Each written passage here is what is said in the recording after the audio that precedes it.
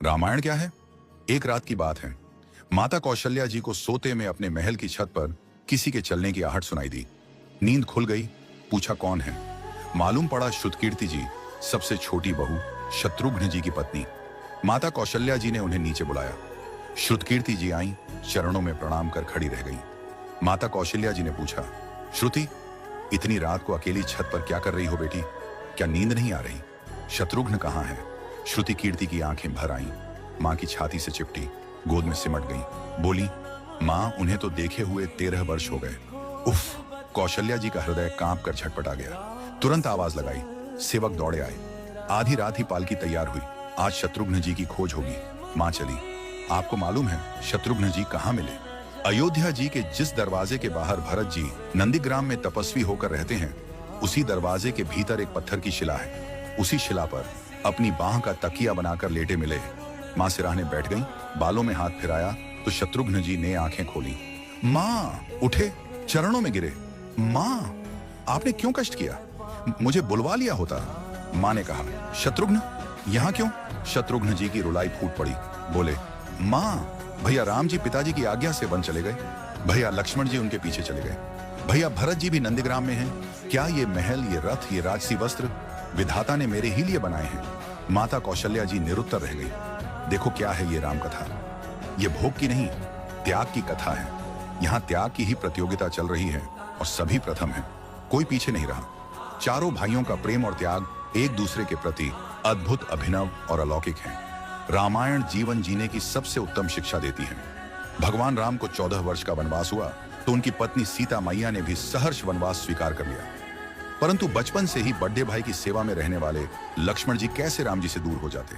माता सुमित्रा से तो उन्होंने आज्ञा ले ली थी वन जाने की, परंतु जब पत्नी उर्मिला के कक्ष की ओर बढ़ रहे थे तो सोच रहे थे कि मां ने तो आज्ञा दे दी, परंतु उर्मिला को कैसे समझाऊंगा, क्या बोलूंगा उनसे? यही सोच विचार करके लक्ष्मण जी जैसे ही अपने कक्ष में पहुंचे तो देखा कि उर्मिला जी आरती का थाल लेके खड़ी थी और बोली, आप मेरी चिंता छोड़ दे प्रभु, श्री राम की सेवा में वन को जाओ। मैं आपको नहीं रोकूंगी। मेरे कारण आपकी सेवा में कोई बाधा ना आए, इसलिए साथ जाने की जिद भी नहीं करूंगी। लक्ष्मण जी को कहने में संकोच हो रहा था, परंतु उनके कुछ कहने से पहले ही उर्मिला जी ने उन्हें संकोच से बाहर निकाल दिया। वास्तव में यही पत्नी का धर्म है। पति संकोच में पड़े उससे पहले ही पत्नी उसके मन की बात जानकर उसे संकोच से बाहर कर दे। लक्ष्मण जी चले गए, परंतु 14 वर्ष तक उर्मिला ने एक तपस्विनी की भांति कठोर तप किया। वन में प्रभु श्री राम माता सीता की सेवा में लक्ष्मण जी कभी सोए नहीं, परंतु उर्मिला ने भी अपने महलों के द्वार कभी बंद नहीं किए और सारी रात जाग जाग कर उस दीपक की लौ को बुझने नहीं दिया। मेघनाथ से युद्ध करते हुए जब लक्ष्मण जी को शक्ति लग जाती है और हनुमान जी उनके लिए संजीवनी का पर्वत लेके लौट रहे होते हैं, तो बीच में जब हनुमान जी अयोध्या के ऊपर से गुजर रहे थे तो भरत जी उन्हें राक्षस समझकर बाण मारते हैं और हनुमान जी गिर जाते हैं। तब हनुमान जी सारा वृत्तांत सुनाते हैं कि सीता जी को रावण हर ले गया, लक्ष्मण जी युद्ध में मूर्छित हो गए हैं। ये सुनते ही कौशल्या जी कहती हैं कि राम को कहना कि लक्ष्मण के बिना अयोध्या में पैर भी मत रखना, राम वन में ही रहे। माता सुमित्रा कहती हैं कि राम से कहना कि कोई बात नहीं, अभी शत्रुघ्न है, मैं उसे भेज दूंगी। मेरे दोनों पुत्र राम सेवा के लिए ही तो जन्मे हैं। माताओं का प्रेम देखकर हनुमान जी की आंखों से अश्रुधारा बह रही थी, परंतु जब उन्होंने उर्मिला जी को देखा तो सोचने लगे कि यह क्यों एकदम शांत और प्रसन्न खड़ी है। क्या इन्हें अपनी पति के प्राणों की कोई चिंता नहीं? हनुमान जी पूछते हैं, देवी, आपकी प्रसन्नता का कारण क्या है? आपके पति के प्राण संकट में हैं। सूर्य उदित होते ही सूर्य कुल का दीपक बुझ जाएगा। उर्मिला जी का उत्तर सुनकर तीनों लोकों का कोई भी प्राणी उनकी वंदना किए बिना नहीं रह पाएगा। उर्मिला बोली, मेरा दीपक संकट में नहीं है, वो बुझ ही नहीं सकता।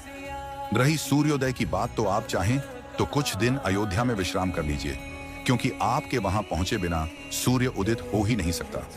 आपने कहा कि प्रभु श्री राम मेरे पति को अपनी गोद में लेकर बैठे हैं। जो योगेश्वर प्रभु श्री राम की गोदी में लेटा हो, काल उसे छू भी नहीं सकता। यह तो वो दोनों लीला कर रहे हैं। मेरे पति जब से वन गए हैं तब से सोए नहीं हैं। उन्होंने न सोने का प्रण लिया था, इसलिए वे थोड़ी देर विश्राम कर रहे हैं, और जब भगवान की गोद मिल गई तो थोड़ा विश्राम ज्यादा हो गया। वे उठ जाएंगे और शक्ति मेरे पति को लगी ही नहीं, शक्ति तो प्रभु श्री राम जी को लगी है। मेरे पति की हर श्वास में राम है, हर धड़कन में राम, उनके रोम रोम में राम है। उनके खून की बूंद बूंद में राम है, और जब उनके शरीर और आत्मा में ही सिर्फ राम है, तो शक्ति राम जी को ही लगी, दर्द राम जी को ही हो रहा। इसलिए हनुमान जी, आप निश्चिंत होके जाएं, सूर्य उदित नहीं होगा। राम राज्य की नींव जनक जी की बेटियां ही थीं, कभी सीता तो कभी उर्मिला। भगवान राम ने तो केवल राम राज्य का कलश स्थापित किया, परंतु वास्तव में राम राज्य इन सब के प्रेम, त्याग, समर्पण और बलिदान से ही आया। जिस मनुष्य में प्रेम, त्याग, समर्पण की भावना हो, उस मनुष्य में राम ही बसता है। कभी समय मिले तो अपने वेद, पुराण, गीता, रामायण को पढ़ने और समझने का प्रयास कीजिएगा। जीवन को एक अलग नजरिए से देखने और जीने का सुर मिलेगा।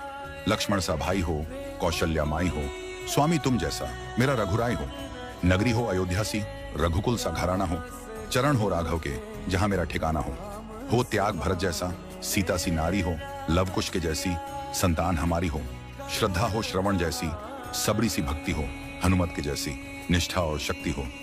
ये रामायण है, पुण्य कथा श्री राम की। जय जय श्री राम।